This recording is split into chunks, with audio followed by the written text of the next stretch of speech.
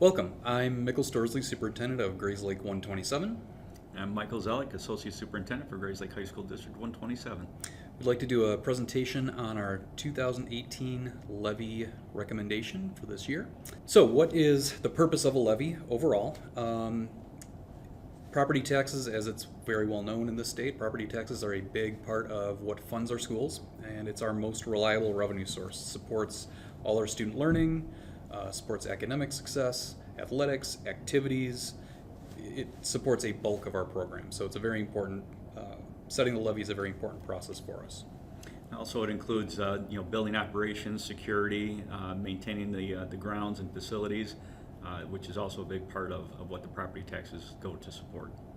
And overall, what is the levy? That is the amount of money a school district can request for property taxes over the prior year. It's capped at CPI, the Consumer Price Index. And as you can see from the chart, property taxes make up a huge bulk of our budget. It make up 71% of our annual operating revenue. The state contributes only 23%. There's some other local funds, and a very, very small slice of that pie is federal funding. If we were to compare this year to last year, there was some slight movement in the local property tax percent. Last year that was 73%. Property taxes contributed 73% of our budget, and state was, I believe, 21%. A number of factors related to that. The state taking over a slightly larger piece of that budgeting pie. Some of that has to do with the new educational funding law, evidence-based funding, and we want to talk about that just a little bit. The new evidence-based funding law was enacted in August 2017, and it completely changes the way that Illinois school districts receive the bulk of state funds. The new formula seeks to increase school funding and make it a more fair system, and really look at specific districts' needs in determining the amount of funding that goes to schools. Really, it was an effort to improve the equity of distribution of state funding. So the new funding formula is based on extensive calculations using local evidence and state data. So they look at every school district's enrollment, and determine what is the adequate funding level for that district based on the students in that district. And they look at a number of different evidence-based factors, which you can see some of which on the screen there. Core teachers, so teachers in math, science, English, social studies. Specialist teachers, these are state terms, so specialist teachers would kind of equate to our elective teachers. Instructional facilitators, so instructional coaches. Core intervention teachers, again, teachers who work with students who might be struggling for one reason or another. Guidance counselors, school support staff, nurses, aides, librarians, media techs, administration like principals and assistant principals, and substitute teachers. There are a number of other factors that they take into account, but these are evidence-based. They show that the more resources that we put into these areas, the better students do. So what you'll see on the screen is where Grayslake 127 stands with the evidence-based funding model. Taking a look at the bottom, that chart, the dollar amounts there are theoretical, but they have two amounts there, the adequacy target and our final local resources. The adequacy target is theoretical, based on, again, our students, those factors.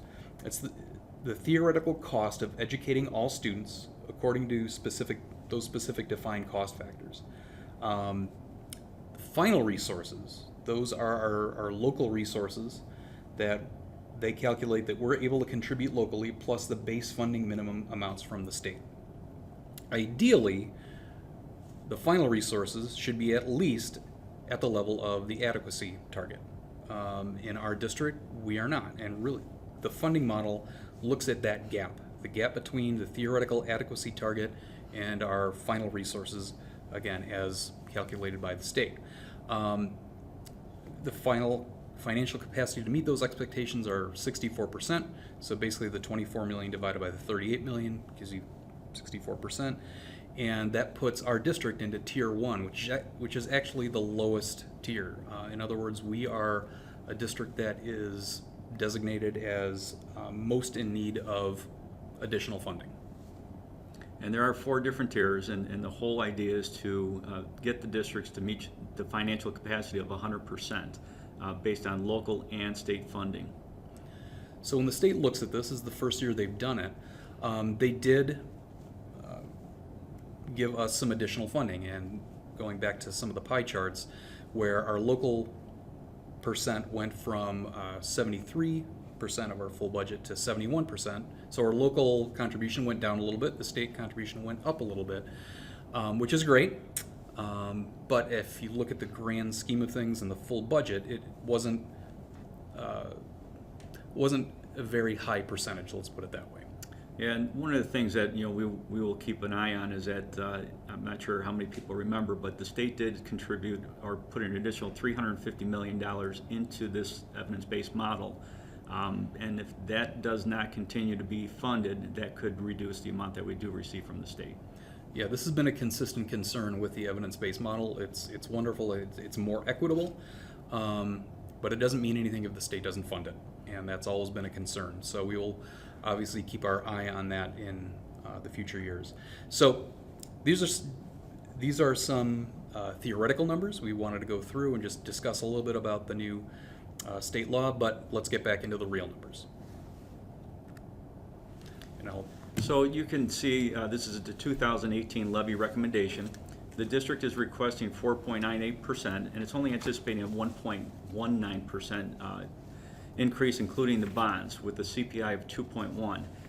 This is the first year that the bonds are going to be decreasing by 4.66%. The other thing that we take into consideration when we're looking at creating the levy and what our recommendation would be is that we do have a abatement that's falling off after a 5-year term, and it was with FedEx, and it was a 50% abatement for 5 years. And in order to capture those dollars and not give further tax breaks to FedEx, we're looking at an additional $150,000 to the operating funds. Now overall, the increase will be about 6.4% for existing property, which again last year was about 8.9, so it is slowing down a little bit, but at least we're not declining. We are also looking at about 4.9%, or I'm sorry, 4.9 million in new construction. And if you look at the chart on the bottom, you can see with the operating, we are looking at about 947,000 in operating funds. That includes the 150,000 from FedEx. If you take that out of there, that you would see that at CPI of the 2.1% instead of the 2.5%. With the new construction, we're anticipating about 177,000, with the total operating of 1.1 million, which is about a 2.96% increase. However, that being said, as I said before, our bonds are starting to be paid off. We're looking at a $534,000 decline in the payment for the bonds, which is about a negative 4.66%. So the overall district increase is about $590,000 at 1.19%. So that's a lot of numbers and a lot of percents. And so for a homeowner, for a community member, the most important number there is that 1.19%. Correct. Right, so that's a fairly minimal increase over the previous years. It is, and it's lower than CPI. And you can see again, our bonds, like I said, this is the first year that we're seeing a decrease in the bond payments, and you can see on the chart that over the next couple of years that the bonds will decrease even more and then be paid off by February 1st, budget year 2021-22.